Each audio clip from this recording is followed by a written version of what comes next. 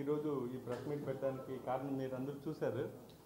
ఈ దొంగతనమైన సెల్ ఫోన్లు, లాస్ అయినటువంటి సెల్ ఫోన్లు పబ్లిక్వి మనము CEIR అనే పోర్టల్ ద్వారా మనము ఇవన్నీ కూడా రికవరీ చేసాం.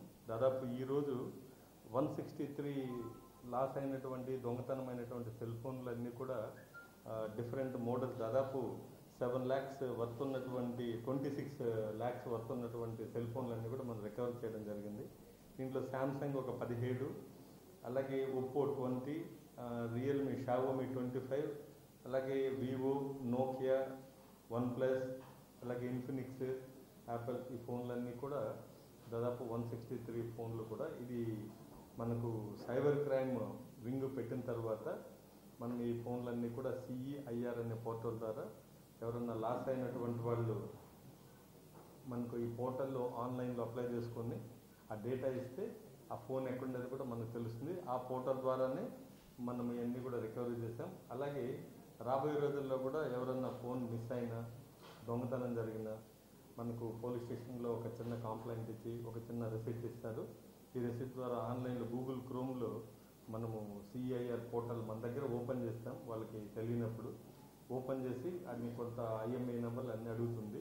అడిగినప్పుడు మనం ఫీడ్ చేస్తే దాన్ని ఇమ్మీడియట్లీ మనకి ఎక్కడన్నా వాడకంలో ఉండే ఫోన్ మనకు తెలుస్తుంది. సో పబ్లిక్కి మనము ఇప్పటి వరకు దాదాపు ఒక 2 years నుంచి ఈ సైబర్ క్రైమ్ వింగ్ ఓపెన్ చేసినప్పటి నుంచి దాదాపు 3463 మొబైల్స్ రికవరీ చేసి పబ్లిక్ ఇవ్వడం జరిగింది. దీని వర్త్ దాదాపు 6.26 crores 6.26 lakhs వర్త్ ఉన్నటువంటి సెల్ ఫోన్ని ప్రజలకు మనం ఇవ్వడం జరిగింది. సో ఆ కస్టమర్స్ అంటే దీంట్లో చాలామంది బయట వాళ్ళు కూడా ఉన్నారు, ఇక్కడ లోకల్ వాళ్ళు ఉన్నారు. వీళ్ళందరూ కూడా IMEI నెంబర్లు, వాళ్ళ డేటా అన్నీ కూడా ఆధార్ కార్డులు అన్నీ తీసుకొని కూడా ఇవన్నీ కూడా వాళ్ళకి డిస్ట్రిబ్యూట్ చేయడం జరుగుతుంది. ఈ టీంలో శోభన్ అండ్ ఇన్స్పెక్టర్ శోభన్ బాబు వాళ్ళ టీం అంతా కూడా సైబర్ క్రైమ్ టీం అంతా కూడా దీంట్లో కష్టపడి అందరూ చేస్తారు. వాళ్ళందరూ కూడా మంచి రివార్డులు ఇవ్వడం జరుగుతుంది.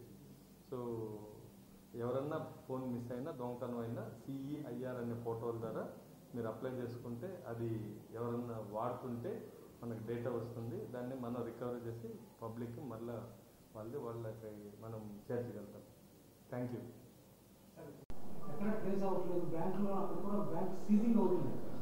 ఇప్పుడు సైబర్ క్రైమ్ నేను ముఖ్యంగా చెప్పేది అందరికీ ఏంటంటే, సైబర్ క్రైమ్ అనేది దీంట్లో అక్యూజ్డ్ అనేవాళ్ళు చాలా తెలివిగా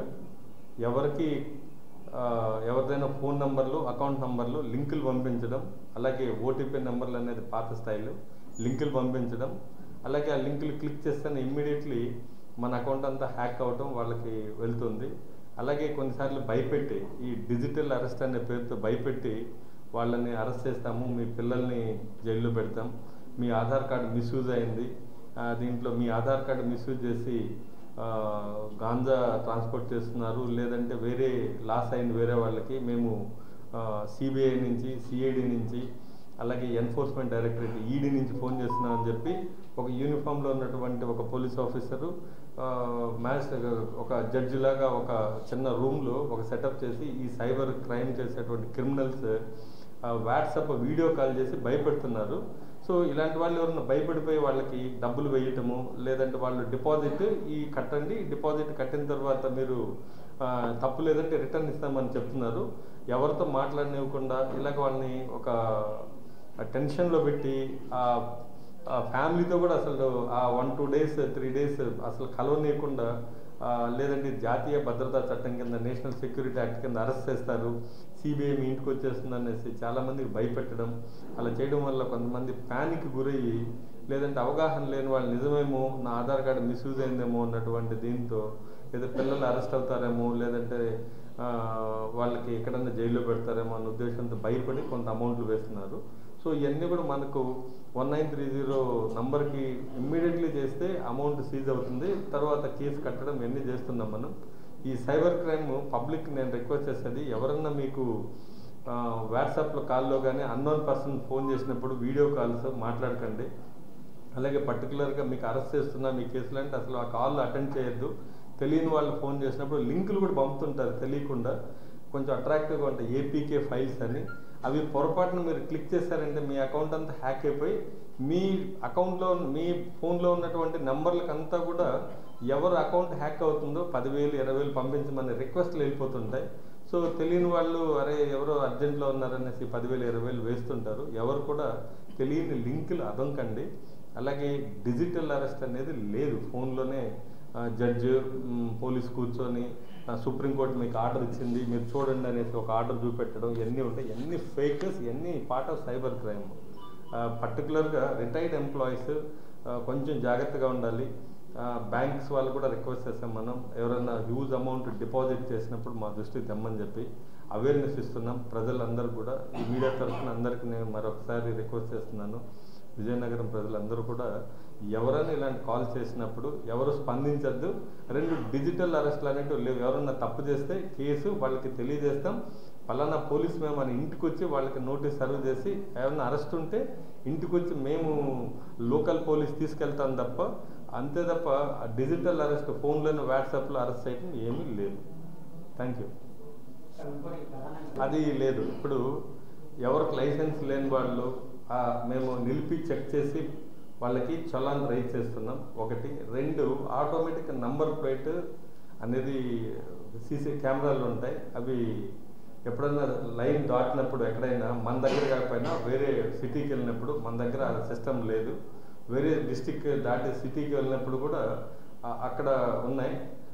అలాగే రాంగ్ పార్కింగ్ చేయటము, అలాగే చేయకున్నటువంటి ఆపోజిట్ రోడ్లో వెళ్ళటం ఉన్నప్పుడు వీడియో తీసి దాన్ని వాళ్ళ నంబర్కి మనం ఇచ్చేస్తున్నాం. ఆ బండి ఎవరికి ఉందో ఆ ఫోన్కి మెసేజ్లు వెళ్తాయి.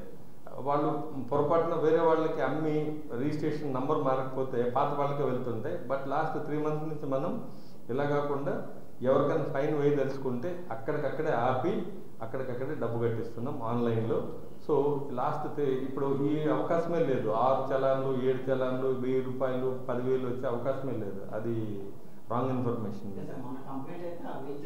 లేదు, వెరీ క్లియర్ నా దగ్గర తీసుకోండి, ఐ విల్ సాల్వ్ ఇట్.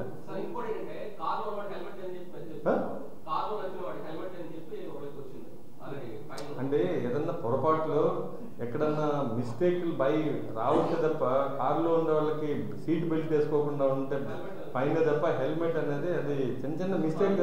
ఇప్పుడు టైపోగ్రాఫికల్ మిస్టేక్ అయితే అవి పట్టుకొని ఇదేదో పెద్ద పోతుందో చూడాల్సిన అవసరం లేదు. ఓకే, నువ్వు క్లోజ్ అయితే ఓకే, మళ్ళీ మాట్లాడతాం. 1, దొంగతనాలు చేసిన తర్వాత కూరగాయల మార్కెట్ల దగ్గర అలాగే ఎక్కడైనా బండ్లు పెట్టినప్పుడు ఈ దొంగలు కొట్టేసి అమ్మేస్తుంటారు ఈ ఫోన్లు అన్నోన్ పర్సన్స్కి. ఈ దొంగలు ఏం చేస్తారంటే ఈ ఎవరు వాడేటివి కాదు, ఇవి ఒక ఫోన్ వాడుకుంటారు. కొంతమంది బయట వాళ్ళకి అమ్మేస్తుంటారు 1000 రూపీస్ 2000 3000. ఇన్నోసెంట్ పీపుల్ కొనుక్కుంటారు వీటిని. మన దగ్గర దొంగతనం జరిగిన తర్వాత హైదరాబాద్లో మార్కెట్లోనూ ఎక్కడో ఇలాంటి ప్లేసెస్లో లేదంటే రూరల్ ఏరియాలో అమ్మేస్తారు. మనం ఐడెంటిఫై చేసి వాళ్ళకి చెప్తాము, సార్ అన్నోన్ పర్సన్ ఫోన్ అమ్మారు సార్ అన్నప్పుడు మనము ఐడెంటిఫై చేసి ఇక వాళ్ళ మీద మనము కేసులు పెట్టే పరిస్థితి ఉండదు. వాళ్ళు కూడా ఇన్నోసెన్స్ ఉంటారు. సో ఐడెంటిఫై చేసి ఆ ఫోన్లు మనకు కొన్నిసార్లు ఈ దొంగలు దొరికినప్పుడు వాళ్ళ మీద మనం కేసులు కట్టి ఒక్కొక్కరు కొన్నిసార్లు ఒక 20-30 ఫోన్ దొంగతనం చేసినప్పుడు దొరుకుతుంటారు మనకు. అప్పుడు కొంతమంది ఫోన్లు ఆన్ చేయకపోతే ఎవరికి అమ్మింది కూడా తెలియదు మనకు. సో IMEI నంబర్లు ఉండవు. సో ఇలాగా మనం ట్రాక్ చేసి దొంగ దొరికినప్పుడు లోపల పంపుతున్నాం, వాళ్ళకి రిమైండ్ చేస్తున్నాం. అలాగే ఇన్నోసెన్స్ కొని ఇలాగ పబ్లిక్లో ఉన్నప్పుడు ఈ ఫోన్లు వాళ్ళకి కన్విన్స్ చేసి ఇది దొంగతనం అయిందంటే మనకు వాళ్ళు కూడా ఇన్నోసెంట్గా కొనడం వల్ల మనకు ఇమ్మీడియట్లీ రిటర్న్ చేస్తున్నారు. సో దిస్ ఈజ్ ద దీని వెనకాల